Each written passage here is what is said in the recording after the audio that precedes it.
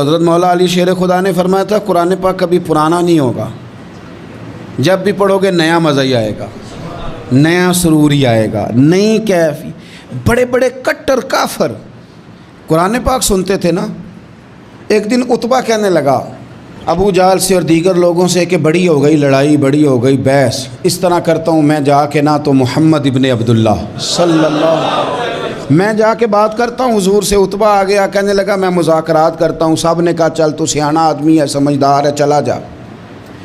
جا کے نہ تو وہی باتیں جو وہ ہمیشہ کرتے تھے، نبی کریم علیہ السلام سے کہنے لگا ہم سارے آپس میں ہیں، برادری ہے، قبیلہ ہے، ایک شہر ہے، پھر بھی لڑائیاں شروع ہو گئی ہیں۔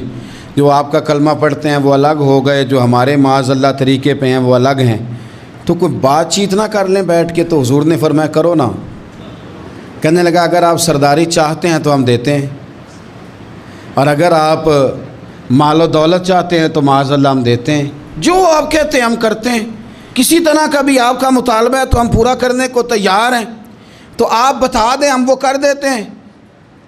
وہ بڑی اس نے لمبی چوڑی تقریر کی، جتنی آفریں گنا سکتا تھا گنوائیں۔ کریم خاموش رہے۔ جب اس کی بات پوری ہو گئی تو حضور فرمانے لگے میں بھی کچھ بولوں؟ کہنے لگا بولیں۔ میرے نبی پاک نے قرآن پاک پڑھنا شروع کر دیا، چند آیتیں پڑھی، کھڑا تھا بیٹھ گیا، پھر اٹھ پڑا، کبھی ادھر جاتا ہے کبھی ادھر آتا ہے۔ حضور نے تلاوت ختم کی، کہا کوئی بات کرنی ہے؟ کہنے لگا نہیں مجھے اجازت دے دے۔ واپس گیا، جب گیا نا تو ابو جہل دور سے دیکھ کے کہنے لگا جو گیا تھا وہ تو عتبہ تھا، اور یہ جو آ رہا ہے یہ کوئی اور ہے، یہ کوئی اور ہے، یہ وہ نہیں ہے جو گیا تھا۔